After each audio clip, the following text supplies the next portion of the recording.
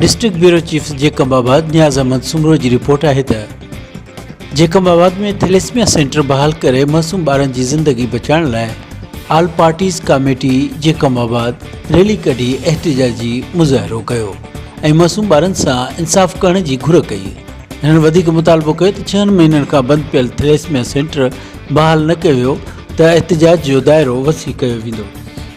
जॾहिं खां जेकबाबाद जो थैलेसीमिया सेंटर बंदि थियो आहे त 301 रजिस्टर्ड ऐं 150 अनरजिस्टर्ड मरीज़ आहिनि।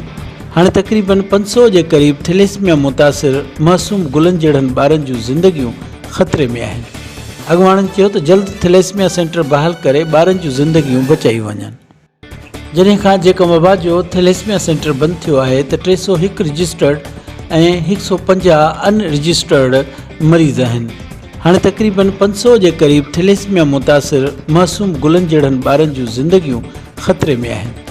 अॻुवाणनि चयो त जल्द थैलेसीमिया सेंटर बहाल करे ॿारनि जूं ज़िंदगियूं बचाई वञनि।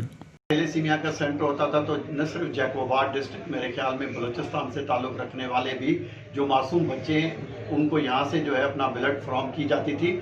मगर जब से ये थैलेसीमिया सेंटर बंद हुआ है तो मेरे ख्याल में तकरीबन कोई 301 जो है वो रजिस्टर्ड जो है बच्चे हैं और उसके अलावा 150 के करीब अनरजिस्टर्ड हैं जिनको जो है अपना ये सेंटर जो है अपना ब्लड फ्रॉम करता था। लेकिन अब जो है वो तकरीबन कोई 500 के नज़दीक जो मासूम बच्चे हैं उनकी जो ज़िंदगियाँ हैं ख़तरे में। लेकिन मुझे समझ में नहीं आ रहा है कि हुकूमत सिंध और उसके अलावा हेल्थ डिपार्टमेंट क्यों खामोश है। मैं आपके चैनल के तवज्जो से अपना सिंध गवर्नमेंट और हेल्थ डिपार्टमेंट से रिक्वेस्ट करूंगा कि न सिर्फ एक बंदे की यहाँ पे 500 से जायद या 500 के करीब जो मासूम बच्चे हैं, खूनों जैसे नन्हे मुन्ने बच्चे, उनकी ज़िंदगियों का सवाल है। और इसके अलावा जो उनकी फैमिलीज़ हैं वो 24 आवर्स जो है वो अंडर टेंशन रहती है।